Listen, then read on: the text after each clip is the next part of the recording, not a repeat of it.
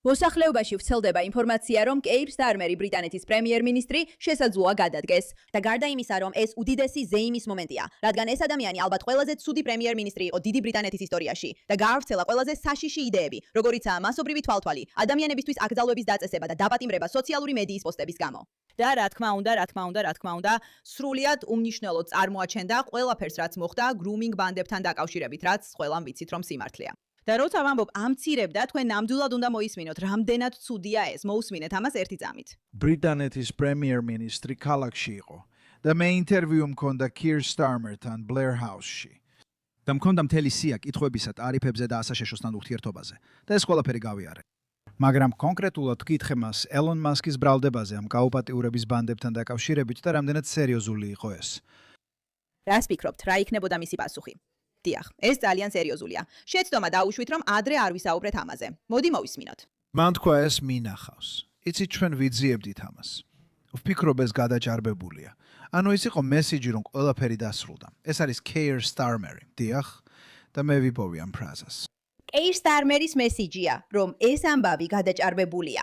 მათთვის ვისაც ჯერ არ სმენია ბრიტანეთის პოლიტიკური ისტორიის ყველაზე გიჟურ სკანდალზე. ჩემი აზრით, ჩვენ საუბრობთ პაკისტანელი ისლამისტების სისტემურ ჯგუფზე ძირითადად, რომლებმაც 250,000 გოგონა შეაცდინეს და გააუპატიურეს. მთავრობამ უარი თქვა ამაზე სრულფასოვანი ანგარიშის გაკეთებაზე, ამიტომ ზოგმა ადამიანმა გადაწყვიტა თავად გაეკეთებინა ეს. ეს ინგლისის მოსახლეობამ დააფინანსა და მხილება უბრალოდ შოკის მონგრელია. ოსმან გოლდმა სინამდვილეში მთელი ეს მასალა წაიკითხა, გონი ათეულობით საათის განმავლობაში თავის პირდაპირ ეთერში, რომ ხალხს გაეგო რა ხდება. ახალგაზრდა თეთრკანიანი გოგონები პაკისტანელებმა შეაცდინეს. ეს სიგიჟეა და გაერთიანებული სამეფოს მოსახლეობა აშკარად გაბრაზებულია და ელოდება რეაგირებას პრემიერ-მინისტრისგან, მაგრამ გამოიცანით რა.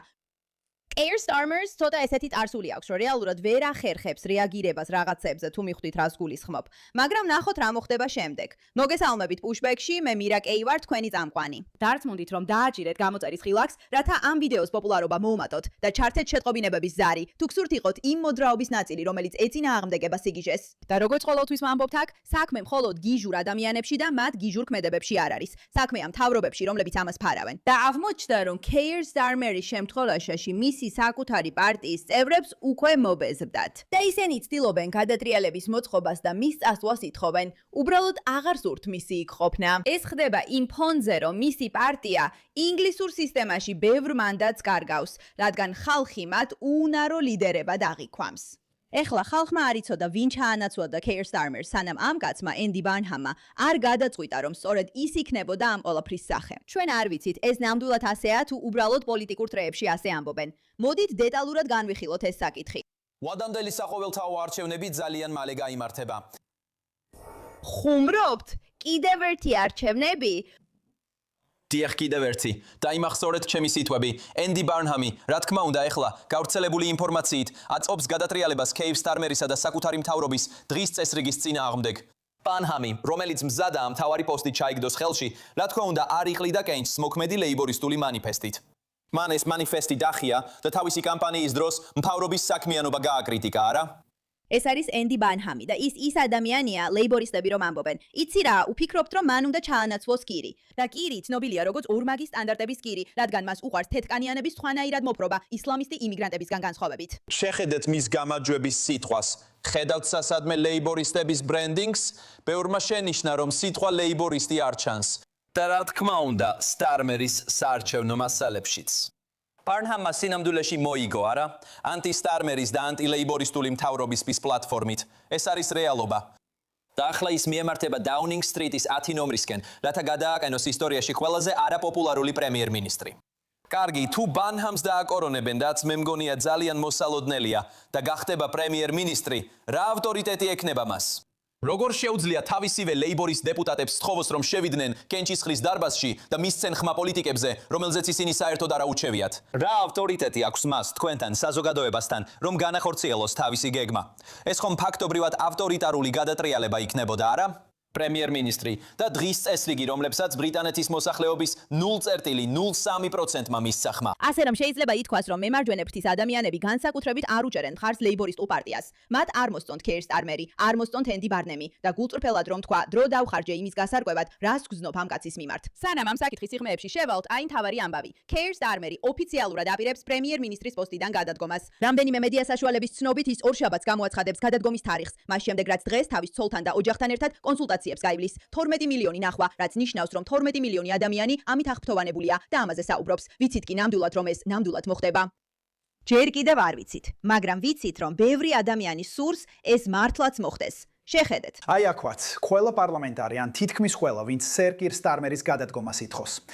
ეს საკმაოდ ბევრი პარლამენტარია, აზზე მეტზეა საუბარი. ან როგორც ბევრი ამბობს, წასვლის გრაფიკი წარმოადგინოს. ამ სიაში დაახლოებით 100 სახელი წერია. ეს ლეიბორისტი პარლამენტარების დაახლოებით მე-4-დია. ეს ძალიან ბევრი პარლამენტარია, რომლებიც უკმაყოფილონი არიან მასთან. და გახსოვდეთ, მხოლოდ მთავრობის წევრები არ არიან უკმაყოფილონი მასთან და მხოლოდ ისინი არ არიან აღფრთოვანებულნი იმით, რომ უნდა გააცნობიეროთ, რომ ინგლისში ხალხმა ვერ შეძლებ გააგრძელო ქვეყნის მართვა იმ ადამიანთან, რომელსაც სინამდვილეში არავინ უნდა რომ მართავდეს ქვეყანას. თქვენი პრემიერ-მინისტრი ამაში თანამონაწილეა. ის ამაში მონაწილეობდა დაახლოებით 13,000 მუსლიმი გამაუპატიურებელი გააფრთხილა და დაფარა. რა არის თქვენი გზავნილი ქეირ სტარმერისთვის? ჩვენი დღეები დათვლილია და მე ასე არ ვფიქრობ. როცა ხედავთ რომ აქ ბევრი რამ მოხდა და ბევრი რამ ვერ გამოვიდა, პოლიცია ვერ გაართვა თავი, მთავრობამ ვერ გაართვა თავი, იცით ვინ კიდევ ვერ გაართვა თავი, ჩვენ ვერ გავართვით თავი. და უბრალოდ მინდა ვთქვა, როცა ის ამბობს, რომ თქვენი დღეები დათვლილია, ის არ გულისხმობს, რომ თქვენ მოკლავენ. ის გულისხმობს, რომ თქვენი დღეები პრემიერ-მინისტრის პოსტზე დათვლილია, რადგან არავინ არის მასით კმაყოფილი. გახსოვდეთ, ეს გრუმინგ ბანდების თემა ყველამ შეიძლება სადოს მისი შემცირება, მაგრამ ეს ჩვენი დროის ერთ-ერთი ყველაზე დიდი და გიჟური ამბავია და ეს განზრახ დაფარეს. ეს ვიდეოს დასაწყისში ნახეთ. კეირი ამბობს, თითქოს ეს გადაჭარბებული ამბავია. ეს არ არის გადაჭარბებული ამბავი, ეს გიჟური ამბავია, ეს სიგიჟეა, ეს ფსიქოზური ამბავია და ტომი რობინსონი ერთ-ერთი იმ ადამიანთაგანია, ვინც ამ ამბავს მაქსიმალურად ავცელებს. და მან გააცნობიერა ის, რაც გაერთიანებულ სამეფოში ადამიანების უმეტესობამ გააცნობიერა, რომ ეს კაცი უნდა წავიდეს. როგორც ერმა ჩავფლავდით. ეხლა ჩვენ მორალი დავკარგეთ. ჩვენ რწმენა დავკარგეთ. ჩვენ კულტურა დავკარგეთ. კარგეთ. ჩვენ ეკლესია დავკარგეთ, ჩვენ იესო დავკარგეთ, ჩვენი წმენა დავკარგეთ, ჩვენ ყველაფერი დავკარგეთ, ჩვენი იდენტობა და ეს შეცდომა არ ყოფილა. ეკლესია, ეს ყველაფერი ვიტყოდი, იყო წარმატებული მემარცხენე რევოლუცია.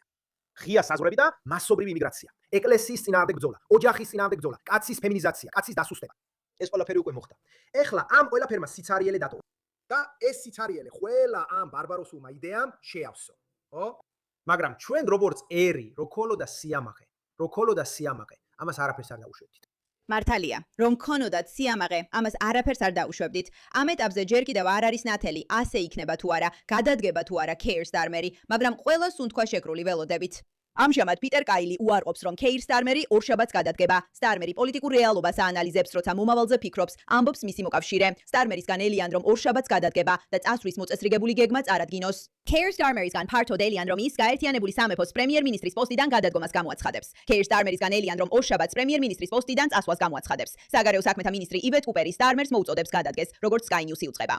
სტარმერი პოლიტიკურ რეალობებს აანალიზებს, უფროსი მინისტრი. ყველაფერი ეს საკმაოდ ნაცვლად აჩვენებს, რომ სწორედ აქ მივდივართ, რომ ეს ადამიანი, რომელმაც გაერთიანებული სამეფო სრულ ტრაგედიაში ჩაითრია, შესაძლოა გადადგეს. ამ მომენტისთვის ჯერ არ ვიცით ეს მოხდება თუ არა და ამ კაცთან არასდროს იცი. შეიძლება გადაწყვიტოს თქვას, რომ უნდა ჩემი გადადგომა, მაგრამ ვერ შევძლებ, რადგან აქ ვარ, რომ გაერთიანებული სამეფო გადავარჩინო. ყველამ ვიცით, რომ ეს სრული სისულელეა, აბსურდია, ტყუილია და ამას უკვე აღარავინ იტანს. დროის საკითხია, როდის აიძულებენ ამ კაცს, ან გადადგეს, ან ახალი არჩევნები დანიშნოს, ან რაღაც შეიცვლება, რადგან ასეთი მასშტაბის სკანდალთან ერთად ცხოვრება შეუძლებელია და ხალხის ნდობა მაინც შეინარჩუნო.